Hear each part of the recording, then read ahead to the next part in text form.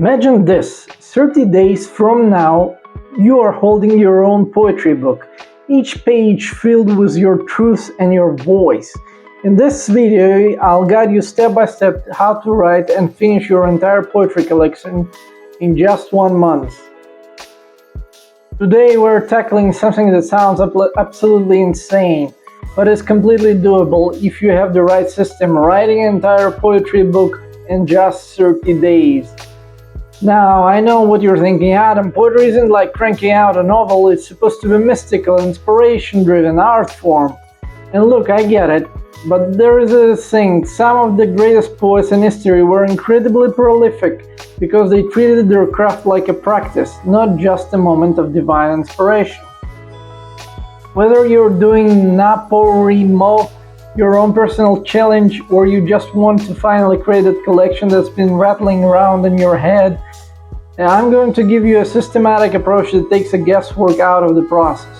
So if you're ready to stop waiting to the perfect moment and start creating your poetry collection, let's dive in.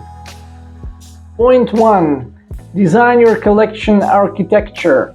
The first step to writing a poetry book in 30 days is understanding that a poetry collection isn't just a random assortment of poems. It's an intentional journey with a clear destination. You need to architect this thing before you start building. Start by defining your collection's core theme. And I'm not talking about vague concepts like love or nature. Get specific. Are you exploring the aftermath of a relationship, the immigrant experience, mental health recovery, your relationship with technology maybe? Pick one central thread that can support an entire book's worth of exploration.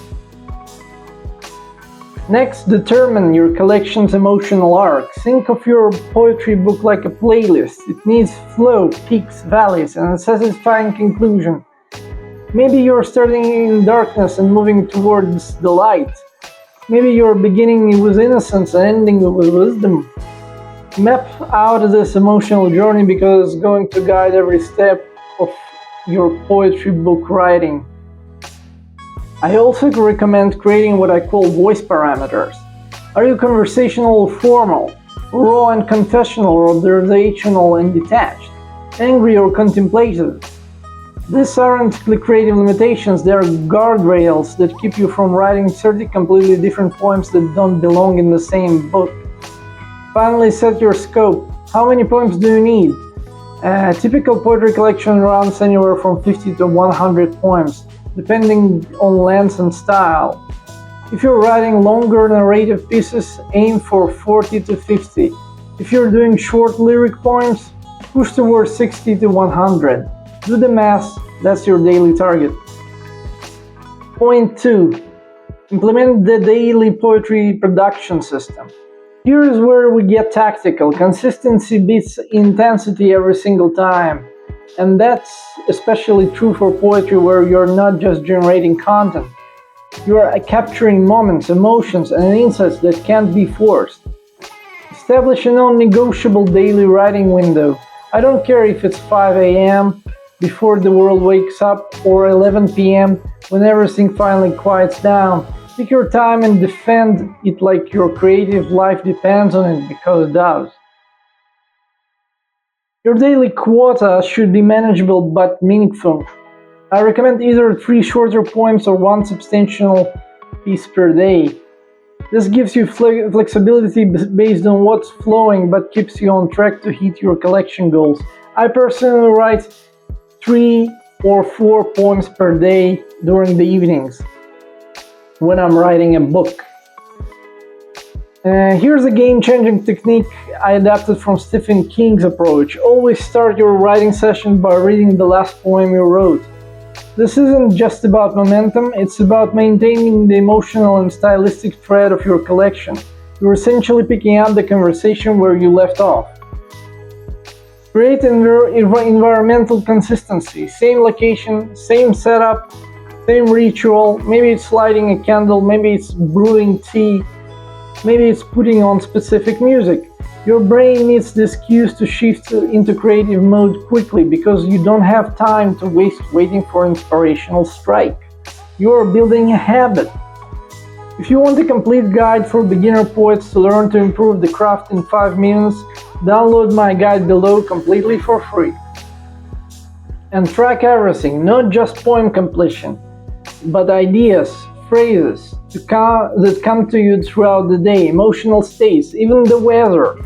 Poetry feeds on details, and you want to capture everything that might spark a poem later. Point number 3, build your poetry generation arsenal.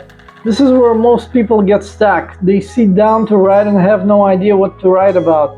That's why you need a systematic approach to generating material. First, create your experience inventory. This is an ongoing list of moments, conversations, dreams, fears, observations, anything that created an emotional response in you. The awkward silence in an elevator, the way morning light hits your coffee cup, the text message you wrote but never sent. All of it goes into the inventory. I call it the emotional compost. Develop your prompt system. Poetry prompts aren't creative crutches, they're creative catalysts. Keep a rotating list of prompts that align with your collection's theme. Write about something you lost. Describe a room you never enter again. What would you say to your 16-year-old self? Having this ready eliminates the blank page paralysis. Experiment with form constraints. Spend different days exploring different poetic forms. Sonnets, villanelles, prose poems, list poems, found poetry, or freestyle. Constraints actually boost creativity by giving you a framework to push against. Thus, formal variety makes your collection more dynamic. Keep a language bank. When you encounter a phrase, word, or image that resonates, capture it immediately. Poetry is built on precise language, and you want an arsenal of vivid words and images to draw from when you're crafting your pieces. Document your process. Take photos of your drafts. Voice record yourself reading works in progress. Jot down notes about your creative decisions. This meta documentation often becomes source material for additional poems. Point number 4. Master the rapid revision protocol. Here is something crucial that many poets challenges miss. The editing phase is where good poems become great poems, and great poems become unforgettable ones. But with a 30-day timeline, you need an efficient revision process. During your writing months, resist the urge to over-edit. Get the poems down, do light cleanup for clarity, and move on. Your job is generation, not perfection. Save one document with rough drafts and another with lightly edited versions. After your 30-day sprint, mandatory cooling off period. Step away from your collection for at least 2 weeks. At least 2 weeks, I repeat myself. You need emotional distance to evaluate your work objectively. Use this time to read other poetry collections, study poets working in similar themes or forms. When you return, read your entire collection in one sitting. Look for patterns, recurring images, themes, phrases, or structures. Some patterns strengthen your collection, others reveal lazy writing habits. Learn to tell the difference. Apply what I call collection-level editing. Not every poem needs to be perfect, but every poem needs to serve the collection. Cut poems that don't contribute to your overarching narrative, no matter how beautiful they are individually. A poetry book is not a greatest hits compilation, it's a curated experiences. Focus on precision over prettiness. Every word in a poem should be earning its place. Cut unnecessary adjectives, replace weak verbs with strong ones, eliminate cliches. Poetry is about distillation, saying the most with the least. Point number 5. Create your accountability and support infrastructure. Writing a poetry book in 30 days is ambitious, and ambitious projects require support systems. You cannot sustain this level of creative output in isolation. Establish multiple accountability layers. Find at least one person who will check in on your progress regularly, not to judge your work, but to ensure you're showing up consistently. Share your daily targets and report back on your progress. Join or create a poetry challenge group. Whether it's an online or an in-person, being part of a community attempting similar goals creates mutual motivation and shared problem solving. When you hit creative blocks, others can offer perspective and encouragement.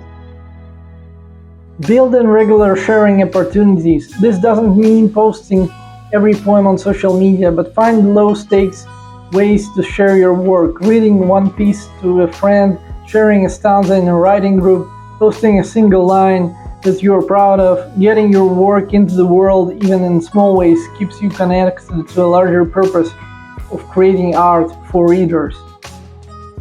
Design meaningful milestones and rewards. Celebrate completing your first week, hitting your halfway mark, finishing your first draft. These celebrations don't have to be expensive. Maybe it's buying a new notebook, attending a poetry reading, or just taking an evening off to read your favorite poet.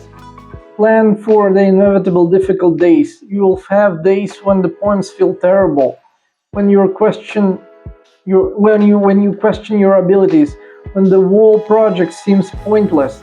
Prepare strategies for these moments. Call your accountability partner, read inspiring poetry, remind yourself why you started this challenge. If you need a complete outline of the writing process in print, download my guide below. Look, writing poetry book in 30 days is not easy. You're going to produce some mediocre poems, you're going to have days when the words don't flow, and you're going to question whether this whole thing was a good idea.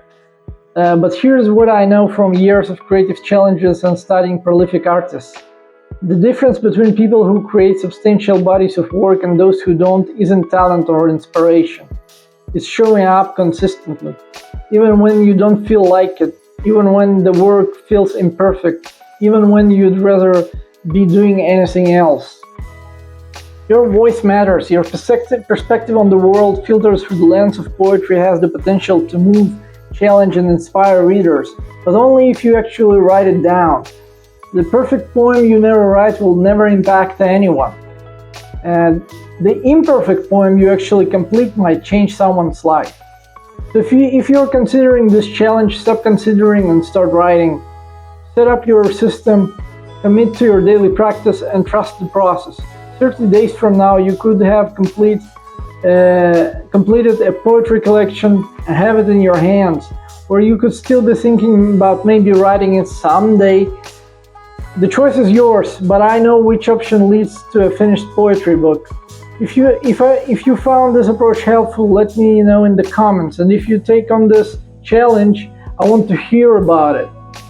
Subscribe for more creative productivity content, and I'll see you in the next video. Now go write some poetry. Cheers!